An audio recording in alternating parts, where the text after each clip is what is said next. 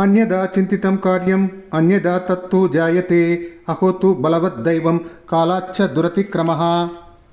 మనం ఒక రకంగా అవుతుందనుకున్న పని ఇంకో రకంగా జరుగుతుంది. ఆహా, దైవం ఎంత బలమైనది, కాలాన్ని అతిక్రమించలేము కదా.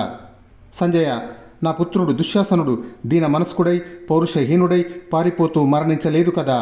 యుద్ధంలో దీనుడిలాగా ప్రవర్తించలేదు కదా. ఇతర క్షత్రియ వీరులలాగా ఆ శూరుడు మరణించలేదా? యుద్ధం చేయవద్దు అనే ధర్మరాజు మాటను మూర్ఖుడైన దుర్యోధనుడు మేలు కలిగించే ఔషధాన్ని రోగి నిరాకరించినట్టు నిరాకరించాడు. అంపశయ్య మీద పడుకున్న మహాత్ముడు భీష్ముడు జలం అడిగితే అర్జునుడు భూమిని ఛేదిస్తే ఏర్పడిన నీటి దారను చూసిన ఆ మహాబాహుడు దుర్యోధనుడితో, నాయన, పాండవులతో సంధి చేసుకో, సంధి వల్ల శాంతి కలుగుతుంది, మీ యుద్ధం నాతోనే అంతం అగుగాక, సోదర భావంతో పాండవులతో కలిసి రాజ్యాన్ని అనుభవించు అని చెప్పాడు. భీష్ముడు చెప్పినట్లు చేయని నా కొడుకు ఇప్పుడు తప్పక విచారపడుతూ ఉంటాడు. ముందు చూపు ఉన్న భీష్ముని మాట ఇప్పుడు సఫలమై ముందుకు వచ్చింది. సంజయ, ఆనాటి జూదం వల్ల అమాత్యులు పుత్రులు నేడు చనిపోగా నేను ఇప్పుడు రెక్కలు తెగిన పక్షిని అయ్యాను. సంజయ, ఆడుకునే పిల్లలు ఒక పక్షిని పట్టుకొని దాని రెక్కలు విరిచివేసి సంతోషంతో వదిలివేస్తే ఆ పక్షి రెక్కలు తెగిపోవటం వల్ల నడవలేదు. అలాగే నేను కూడా రెక్కలు తెగిన పక్షిని అయ్యాను.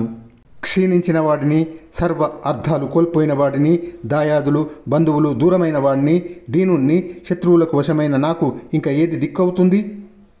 వైశంపాయనుడు జనమేజయంతో ఇదంతా చెబుతూ ఇలా అన్నాడు.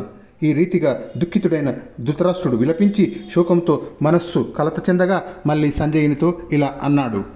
సంజయ, కర్ణుడు మా కార్యం నిర్వర్తించటానికి కాంబోజులను కేకేయులతో కూడా అంబష్టులను గాంధారులను విదేహులను జయించాడు.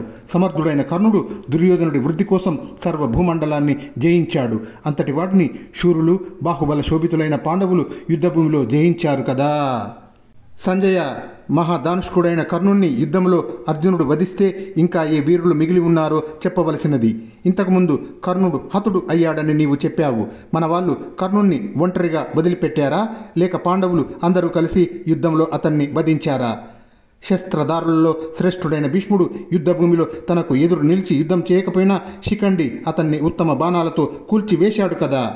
సంజయ, అలాగే మహాదానుష్కుడైన ద్రోణుడు యుద్ధంలో అనేక బాణాలతో గాయపడి సర్వ ఆయుధ త్యాగం చేసి యోగనిష్టలో ఉండగా ద్రుపద పుత్రుడైన దృష్టదుమ్నుడు సంహరించాడు కదా. ఈ ఇద్దరిని అవకాశం చూసి విశేషించి కపటంగానే నేల కూల్చారు కదా. భీష్మ ద్రోణులు హతులైన వృత్తాంతాన్ని విన్నాను.